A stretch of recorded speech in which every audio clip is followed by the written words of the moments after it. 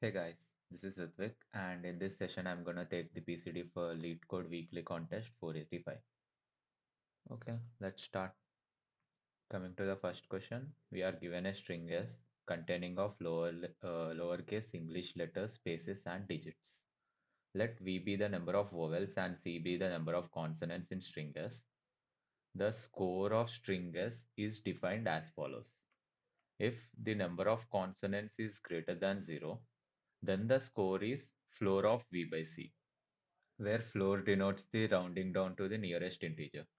Otherwise, the score is 0. If the value of C equal to 0, then the score is 0. Okay. Now, what we have to return is an integer denoting the score of the string. Let's go through one of the examples. In the first test case, we can see that there are four vowels O, O, E, and A. And there are two consonants, C and R. So the value of score is 4 by 2, that's equal to 2. Okay, now going to the code of the question. Uh, Initially, I have initialized two variables, V and C, which denote the count of vowels and consonants. Okay, now I am iterating through all the characters of string S. If the value of if the value of character lies between small a and small z, then it is a character. This condition is necessary because initially they have told that the string contains spaces and digits too. So initially we have to check whether it's a lowercase letter or not. For that, I have written this condition. Then I am checking if it is an oval. The character is an oval if it is either of A, E, I, O, U. And I am incrementing the count of oval. Else, if it is not a oval, then it will be a consonant. So I am incrementing the count of consonants. Then coming to the final score, if the value of C is equal to 0, then I'll simply return 0, this condition. Else, what I'll return is I'll return V by C. In C++, basically, if we divide two integers, it takes the floor of the resultant. So there is no need to write any floor or etc. Else we'll return V by C, and that's all. So we are done with the first question. Now coming to the second one, we are given two integer arrays, cost and capacity. Both are of length n. Cost of I represents the purchase cost of ith machine and capacity of I represents its performance capacity. Now we are also given an integer budget. We may select at most two distinct machines such that the total cost of selected machines is strictly less than budget. We have to return the maximum achievable total capacity of the selected machines. Hmm, Okay, I'll go through one of the examples. Initially, this is the cost array and this is the capacity array, and our budget is 8. Here we have to note the fact that the total cost must be strictly less than budget. Okay, not less than or equal to, strictly less than. So here the optimal selection will be the machine at index 0 and at index 3. Here the sum of the cost will be 4 plus 3, that's equal to 7. 7 is strictly less than 8. And the maximum total capacity is capacity of 0, that is 1, and capacity of 3, that is 7. So the maximum capacity will be 8. So our output will be 8. And that's all. Now coming to the explanation.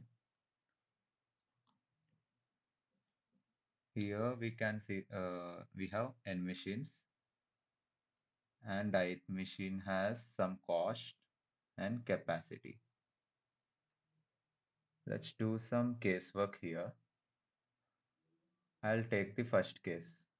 First case is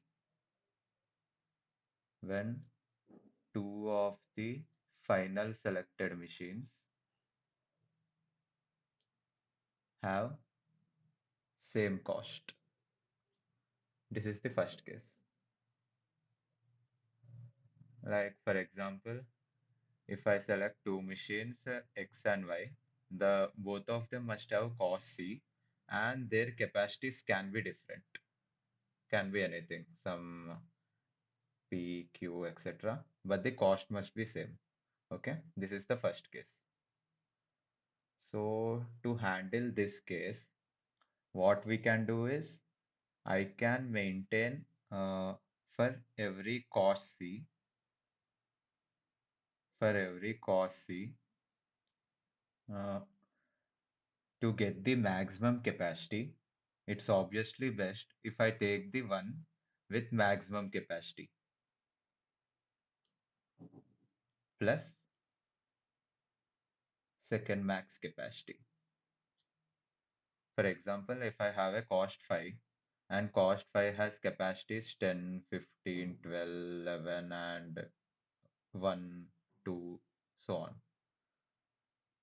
on. This is the cost, and here all the machines have different capacities but the same cost. So to maximize the capacity, I'll pick the one with the highest cost, and in my second turn, I'll pick the one with the second highest cost. So 15 plus 12, that is equal to 17. So basically, in the first case, when two of the final selected have same cost, then I'll pick up the max plus second max. Max plus second max element of say max plus second max element in the capacities array having the same cost C. So now let's handle the second case. We have handled the case where the final have same cost. Now, if both the final elements have different cost, if both of them have different cost, in this case, what we'll do is our value of n is 1 if I, right? So we'll basically, and also let's look at the constraints of cost. Here, the cost dot length is 1 if I, and also the values of cost lie between 1 if I. So we are allowed to write an O of max element of cost solution. As the max element of cost lies between 1 if I, we can write a solution O of max element of cost. So what we are doing is when there are different costs, suppose let's say the final cost be X and Y. Okay. Obviously, for all X and Y, what I'll pick is if our initial constraint must be X plus Y must be less than the budget. Here in the first case also, if we are picking the same cost and if the cost is C, our initial check will be 2 into C must be less than budget. This is the obvious condition. So in this also, initially we have to check X plus Y must be less than budget. And once we decide X and Y, we'll simply take the value, like we'll simply take the machine with cost X having the highest capacity and having with cost Y highest capacity. Like suppose in X, there are some three machines with three different capacities. I'll pick the one which has the max capacity. And same I'll do with the Y. Okay. So my next step will be, as I can write an O of max element solution, what I'll do is I'll initially store uh, for every cost, its max capacity. And also here in the array, after storing for every cost in max capacity, I'll also make another array which uh, which gives let this array be max. Uh, Let me name this vector as max, and I'll also maintain a prefix max vector for the current max vector. Prefix max. So what this prefix max tells is that prefix of I tells that uh, the maximum capacity that I can achieve having the cost at most I. Like basically prefix of I is max of all previous elements. Prefix of max of I, comma max of I minus 1, like maximum capacity at cost I, maximum capacity at cost minus 1, so on till maximum capacity at cost 0. So basically, prefix I tells that what is the maximum capacity I can have having the cost at most I. Okay. Now my next step will be pretty simple. I'll show it in the code.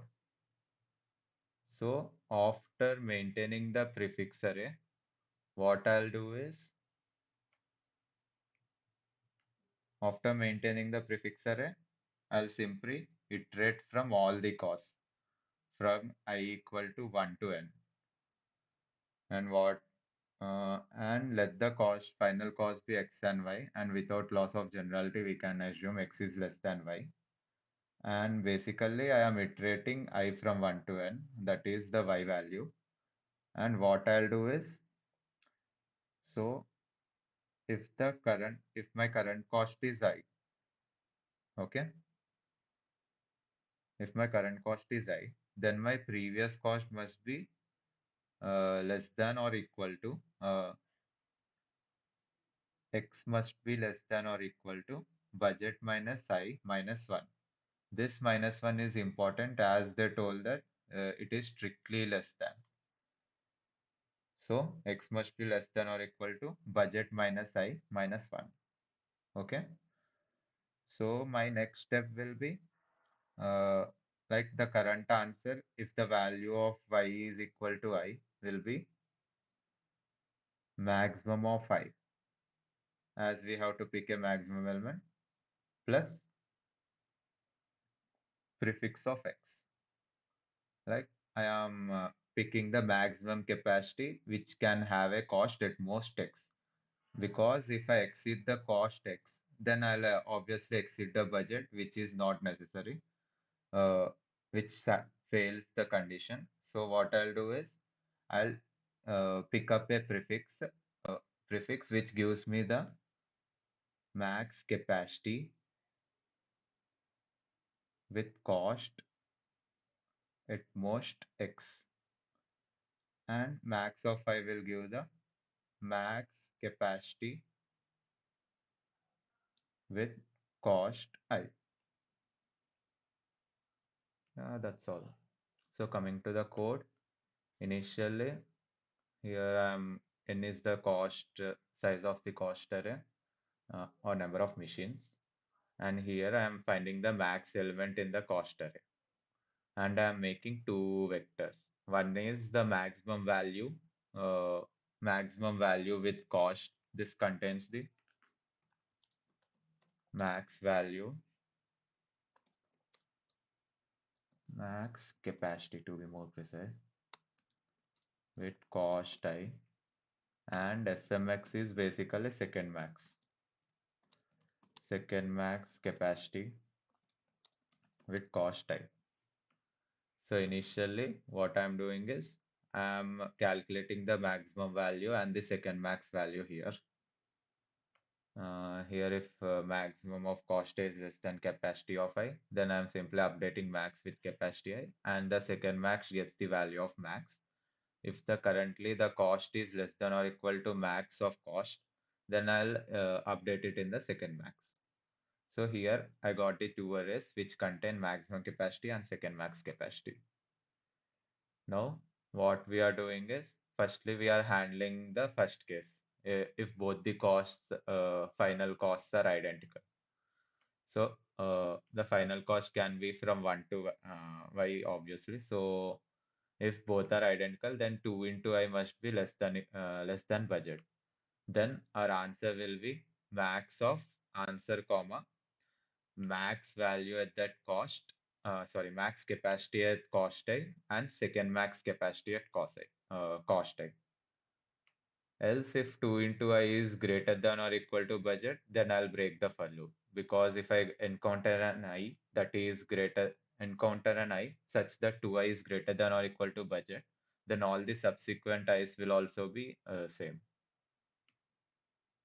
So next, coming to now we are calculating the distinct cost case. Okay. Here, initially, I am calculating the prefix max array for all the max capacities for from I equal to 1 to y. I'm simply calculating PRE of I equal to max of prefix of I minus 1 comma max of I. In this way, I have calculated prefix max array. And in the distinct case, I'm initially iterating over y values. Like for example, if our final cost be x comma y, then what I'll do is I'll iterate over y and remaining will be budget minus I minus 1. And this value of remaining must be greater than or equal to 0. Then what I'll do is answer equal to max of answer comma current max capacity at cost I, and next prefix capacity at uh, like maximum of all the prefixes from remaining to I minus 1. Here I am taking taking minimum of rem comma I minus 1. This is because, for example, if if we get the value of remaining is greater than or equal to I, we have initially assumed that our x is less than y. So if the value of remaining is greater than or equal to I, simply I'll take the minimum of remaining comma I minus 1. Because x greater than y case will automatically be covered because I am iterating from I equal to 1 to y. So here I am taking the max value as follows. And if remaining value is greater than 0, if for a certain I get the remaining value such that it is greater than 0, for all the next upcoming i's also, the remaining will be less than 0. So I'll break the for loop. And in this way, I have taken the maximum of all possible answers in the first case and also in the second case. That is identical cost and distinct cost. And finally, I'll return the answer. That's all. Time complexity of this solution is here. Here we are making an array with size max element in cost. So O of max element cost, and also we are iterating from 0 to n, right? So of max element cost comma n, whichever is higher.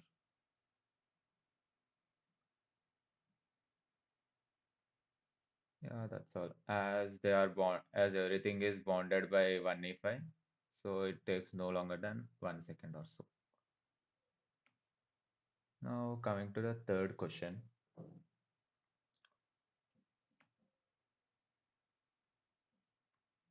We are asked to design an auction system that manages bids from multiple users in real time. Each bid is associated with an user ID, item ID, and bid amount.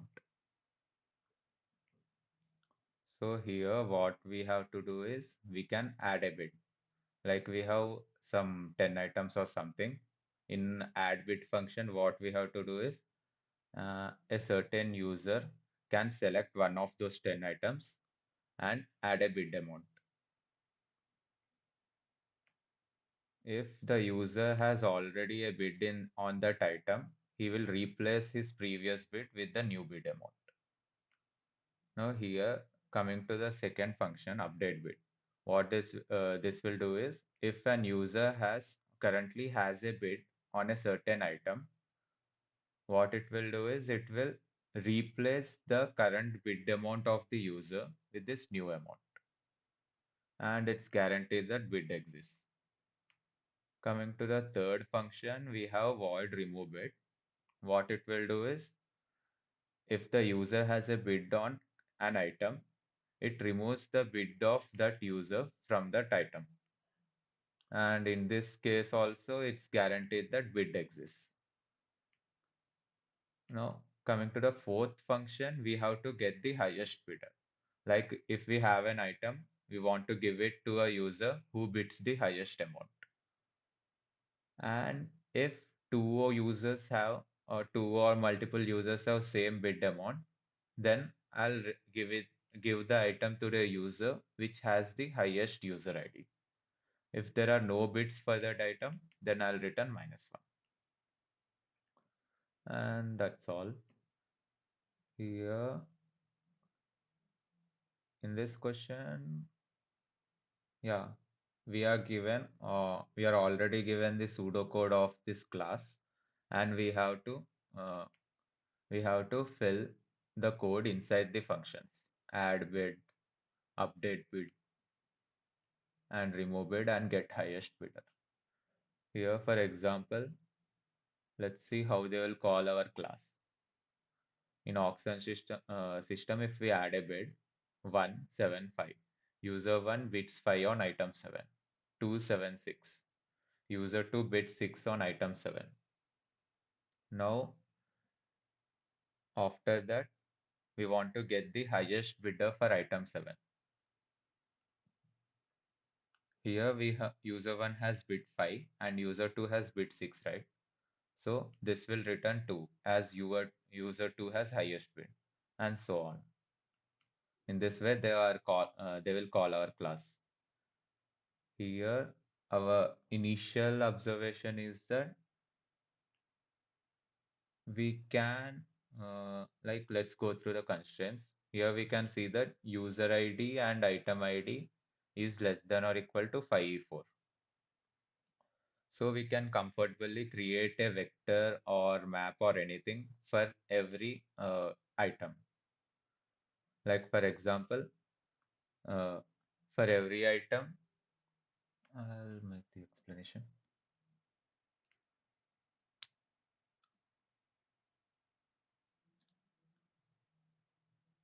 Instead of looking at all the items, let's first see the case where there is only one item. If there is only one item, what we can do, if the use many multiple users will apply bids on the item. For example, there are users 1, 2, 3, and they have bid amount 10, 20, and 5. So user 1 has bid 10, user 2 has bid 20, and user 3 has bid 5 on that item. Okay.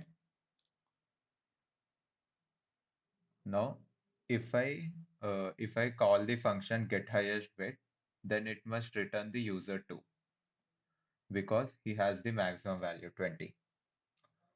So here we can observe that instead of keeping user comma bid, if we keep this in the form of bid amount comma user ID,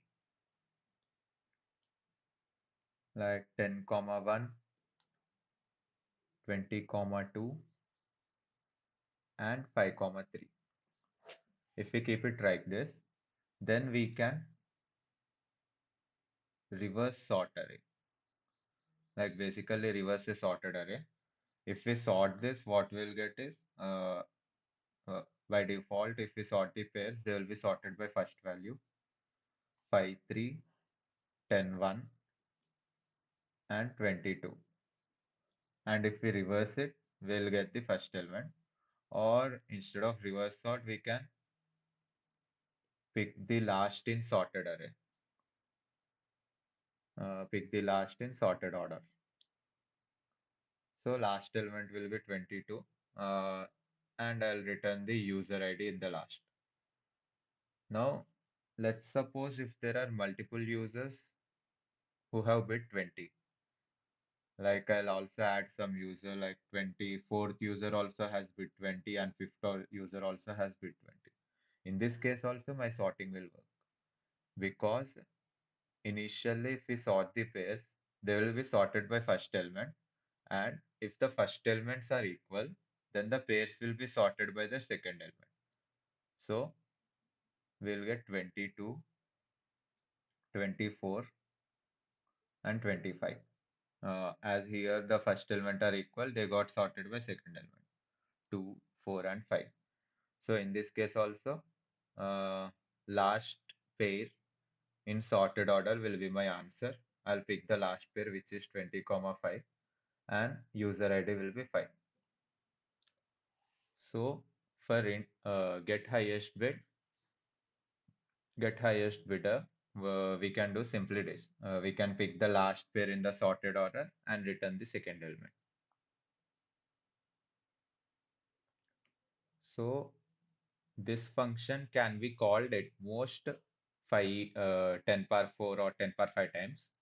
So we have to find a way, uh, find a data structure that keeps the elements, find a data structure that keeps the elements in sorted order, and we can insert or remove. Here we have another two functions also, right? Add bid and remove bid and update bid. So basically, what we should also have the ability to insert and remove the operations or the elements in the data structure quickly. So obviously that will be the set where we can insert and remove in off login, and also all the elements will be in sorted order. So here in the case of one item, what we can do is we can insert the values in the set in the form of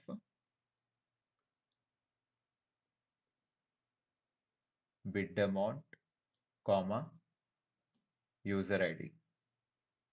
Okay, we'll insert these values in the set, and every time if we get a query of highest bidder, what we'll do is we'll simply take the last element in the set, last element in the set, and return the uh, dot second, like the second value in the pair. For example, if we have bid amount comma user ID, the second value will be the user ID. So we'll take the last element in the set and remove and return the user ID. If we have the function add bit, what I'll do is I'll simply insert the new bit comma user ID. Now if I have remove bit, what I'll do is I'll simply remove the current bit of the user and the user ID from the set. Now if we have to update the bit, what we can do is we can remove the current user and his previous bid amount, plus we can insert the current new bid amount and user ID. Like basically one add plus one remove plus add operation. Update equal to one remove plus add operation. Remove previous bid of user and then insert his new bid. Okay, so that's all. Like we have discussed the case with one item. So basically for one item, we can pretty much do everything using a set of pairs. So here, as the number of items are bounded by 5e4, what we can do is simply, as we did for one item, we can maintain a vector of set of pairs of size 5e4. And we can do the same process for every item wise, we can do the same process. Like for example, if a user is bidding on item X, then I'll insert in X the set in the vector. If a same user is bidding on item Y, then I'll insert in that corresponding set. So basically, I am maintaining a set of pairs for every item, and uh, I'll check the item ID when the user is making a bid, and then I'll insert in that corresponding set or apply the operations on that corresponding set. And that's all. Here, initially, as I have told before, we are maintaining a set vector of set of pairs which contain the bits. And here I am also maintaining a map which contains the val. What this map does is basically for an item X, my vals map, if I give input and user ID, then it will return his current bid amount. The purpose of using the map is that in the first one, it has mentioned that if same user ID already has a bid on item ID, then we have to replace it with new bid amount, right?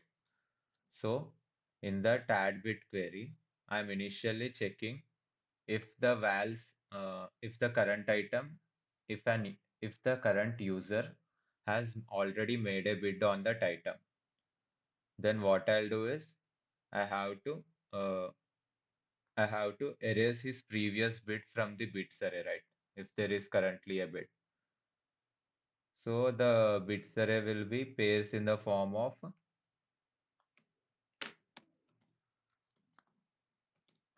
bid amount, comma, user ID. So if already there exists a bid, I'll erase that one from the bits array and then I'll update, or in the case where there is no entry, then I'll add a new entry to the map. For current item, the current user has this bid amount. Then I'll insert that bid amount in the bits vector of that current item. Here, bits item ID denotes the set for the current item. And I'll insert this bid amount comma user ID into the current set of that item. And coming to the update bid, initially I have to remove the old bid amount of that user. So for that, the old bid amount will be vals of item ID, comma user ID. Like for current item, what is the bid of the user and his user ID. So, and we'll simply erase from the set of that item, I'll simply erase the value P. We have removed the old bid amount. Now we are adding the new amount.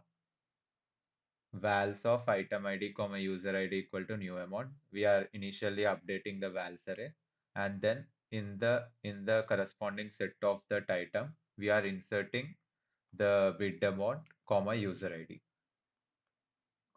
Now coming to the remove bid function, what we are doing is initially we are seeing the current bid value of that bid and user ID. We are removing that from the current set of the item, and we are also removing that user ID from the map, because when we are removing the bit here, the value entry in the map also needs to be deleted for that corresponding item.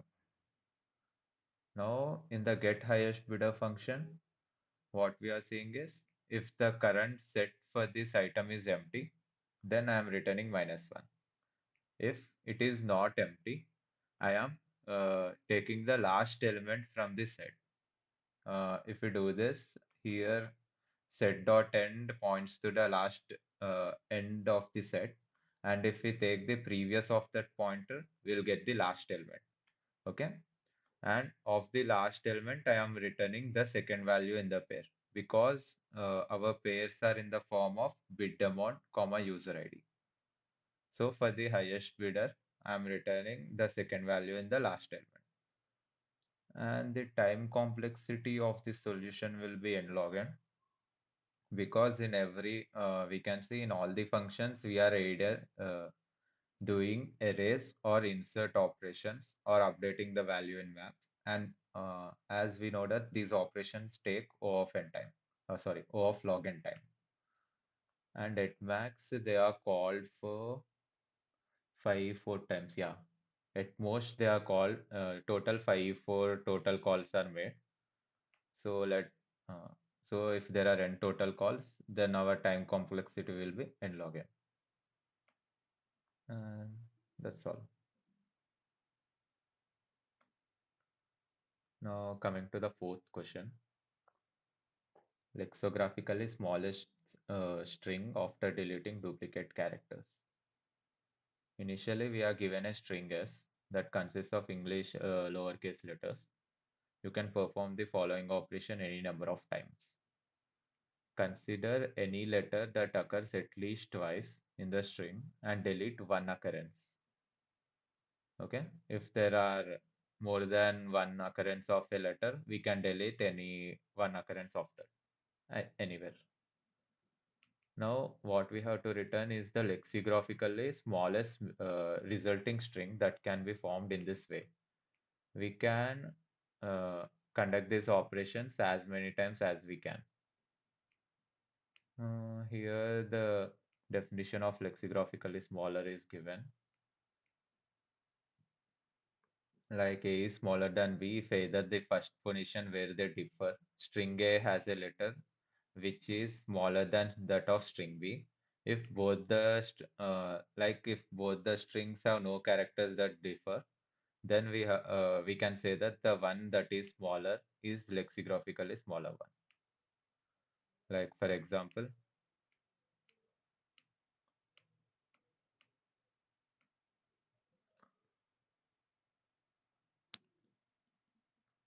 A B C D A G H. Here this is lexicographically smaller than this one as the first character is smaller. And in the case where the all the characters are same, we'll take the smaller string. Okay. Now coming to this test case, we can see our initial string is AACCB. What we can do is, as there are two occurrences of C, I'll delete one of them. What I'll get is AACB. And this is the lexicographically smaller one. Here we can note that I can perform one more operation. I can remove a, but if I remove an from AACB, if I remove an I'll be getting ACB. Now here we can see that the second character of the second string is greater. So this is lexicographically greater. So it's better in this case if I don't conduct any more operations and leave the string as it is. Here the first observation is that as we can choose a letter that appears at least twice, finally we'll be left with finally all the elements that are in the string, all the characters that are in the string S will occur at least once in final string. Also, this is the first observation, and the second observation is that, for example, if I have a string A, C, C, A, B, D, E, etc. So here I can see that if there are three S, then in the final string, I must have at least one A before last index of A. Like for example, 1, 2, let me write the indices. A occurs at indices 1 to 5. So if I delete, what I can do is I can't delete all three of them. I can delete any two of them, right? So no matter which two of them I delete, 1, 3, and 6, no matter which two of them I delete, the final A, the final A must be less than or equal to 6. Like the final one or two A's that lie, they have their indices less than or equal to 6. Same applies for C. Like if I have two C's at 4 and 5, and if I plan to delete this one, we can say that the finally I have a C at fourth index, which is less than or equal to last index of that C occurrence. So basically, our second observation is that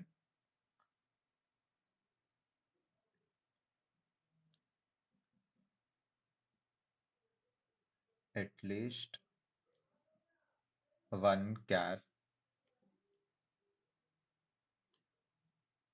uh, I must have for every character.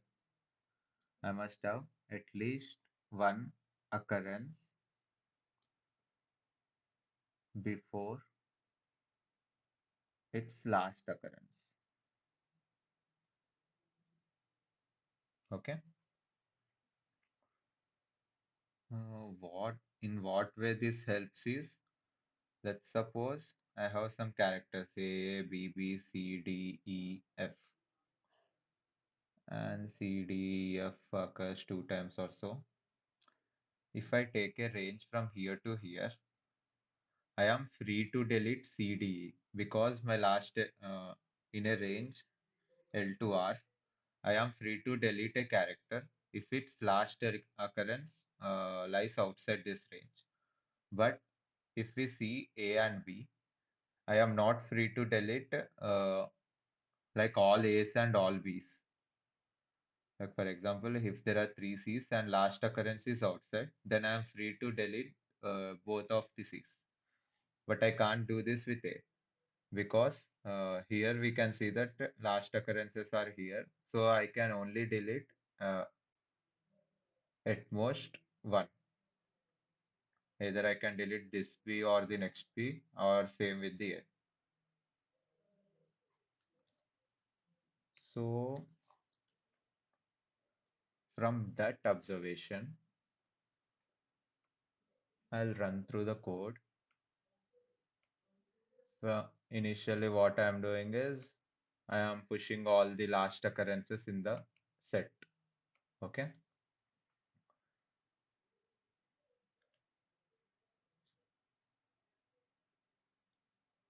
After this observation, what is our target? Our target is to get the lexicographically smallest string. So what I'll do is I'll greedily grow from all characters A to Z.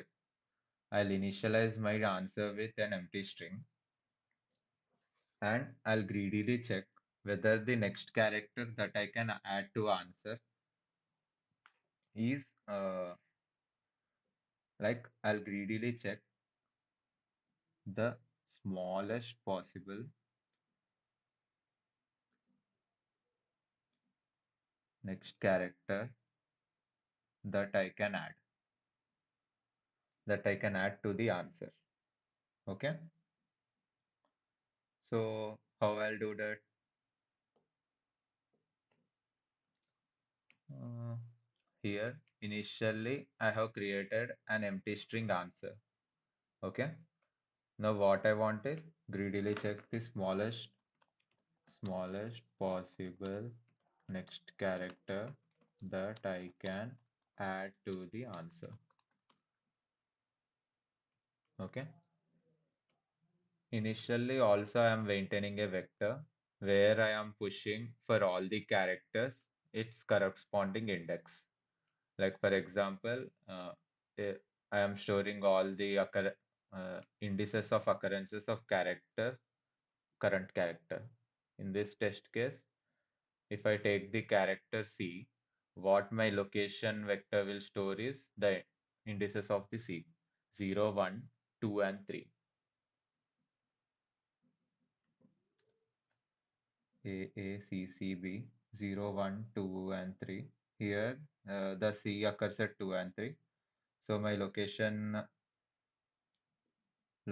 of C will contain the value 2, comma 3, all the indices of that occurrence. Okay. Now, smallest next char that I can add. I am let the current be current is our current index. and I am iterating through the current index. What I am seeing is here, as we have discussed earlier, from an L to R, I am free to delete any of the characters if there are no last occurrences of the characters within them. Like for example, if A, B, C, D, E, B, C, D, E, E. Here we can see that if we take the certain current range L to R, we can see that all the last occurrences of the characters in this range are outside, are currently outside the range. So I am free to delete any characters of my wish. Or like I can delete all of them, or if I want, I can delete some of them and leave some of them. So seeing this observation, currently I'm setting the last character like the index of R as n. Here it is 0 index, so 0 to n minus 1. And if there are no elements in the last set, then R will remain as L. Then I'm taking the lower bound from the current index, and I'm setting the value. Like what this step is doing is that here in my set, I have all the indices of last occurrence. For example, 1, 2, 3, 5, 7. And if my current index is 4, what I'll do is I'll take the lower bound from the set. And what this signifies is that from my current value to the lower bound of the set, to the lower bound, I am free to delete any of the elements because in between my current and the next last, which is closer to current, all the elements are such a way, all the elements are present which have their last values outside the range L comma R. So I am free to delete any of them.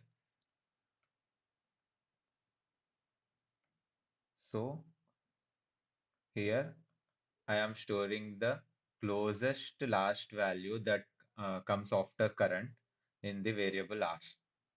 Okay. Now from int, and here in the case where there are no last values, I'll come to this case later.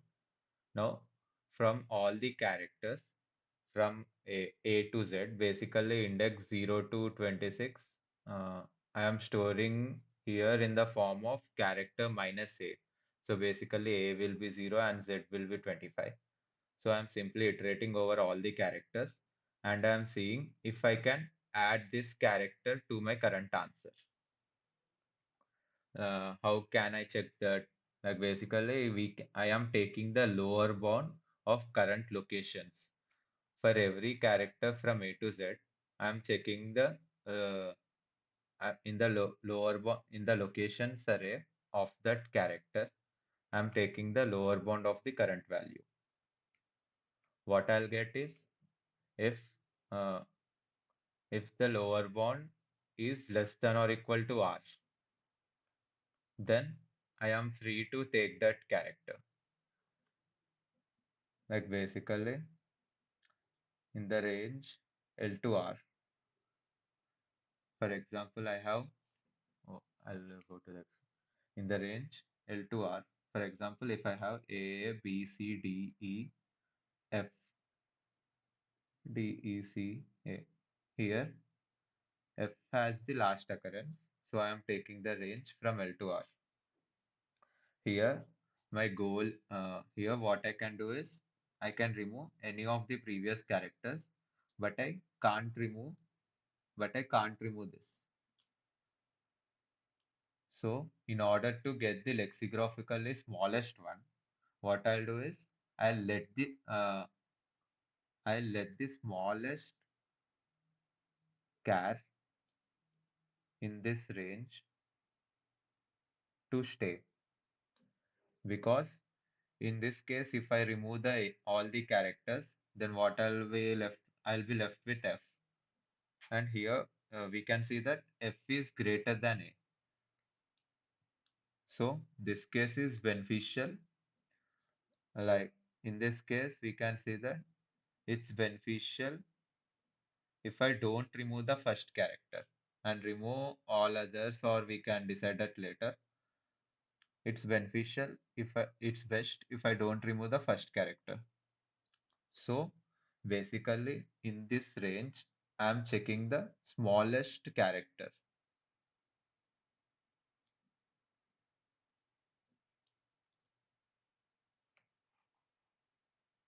That that smallest character I can get using the lower bound. Here, after getting the index of the smallest character, what I'll do is here if the current character which I'm letting if here in this case let me complicate a bit. Here I'll take EA in this range. If I take the lower bound, I'll get the smallest character as A. Okay.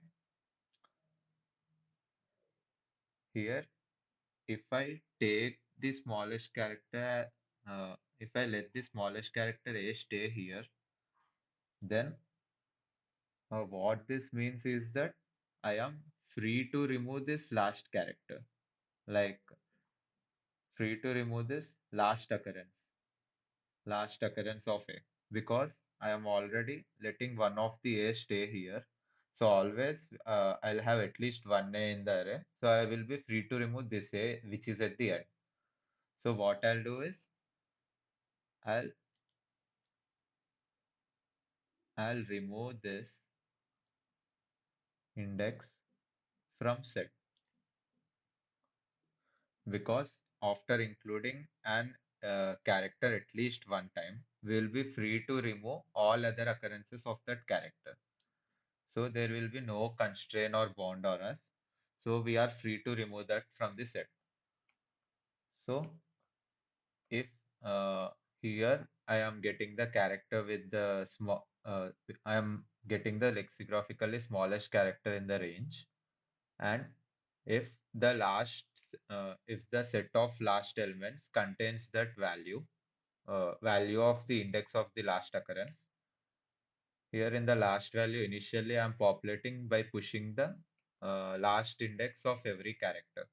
Okay. Now, if the set contains the last index of this character, then I'll erase that from the set and I'll simply add it to the answer and I'll increment the current to my next index. Like for example, in this case, here initially I am having the current. Initially, I am having current here. After adding this element, what I can do is I'll simply jump the value of current to here, because till here my array has been processed, and after that I'll repeat the same process again. Current will go to here. Oh, sorry, I was not displaying. I'll repeat. So initially, let the current be here. We can say that the smallest value is 8. So what I'll do is after adding this to answer, I have processed the array till here. Then what I can do is I can simply make the current to jump from here to here. That's what I'm doing here. Current equal to index plus 1. Okay. And in the case where the R value is unchanged, when that happens is when this case happens, like in the last vector, if I'm currently here and all the next elements have occurred at some point before, then my last set will be empty. So here I'll get j equal to last dot end. Sorry, j is not equal to last dot end, then I'll dereference the j value. If j is equal to last dot end, then I'll break. If the set is entry, then I am free to remove all these characters. As I want the lexigraphically smallest string, if I am free to remove all the characters, then I'll happily remove all of them. So if I if the iterator points to the end of the set, I'll simply break. And that's all. After that, I am returning the final answer. The complexity of this solution is here location array is of size 26, so we can take it as constant factor. Populating this takes so often, populating the location array takes so often time. N is the length of the string. And here in the while loop, our while loop runs at most n times because we have this condition current is less than n. And at every step, our current will be incrementing by at least one. Okay. And in the while loop here, for the lower bound, it takes log n times. And for all the operations here also, it takes log n times only. So here in this while loop, at most we take n log n time. So total time complexity of my solution will be n log n. That's all. Thank you.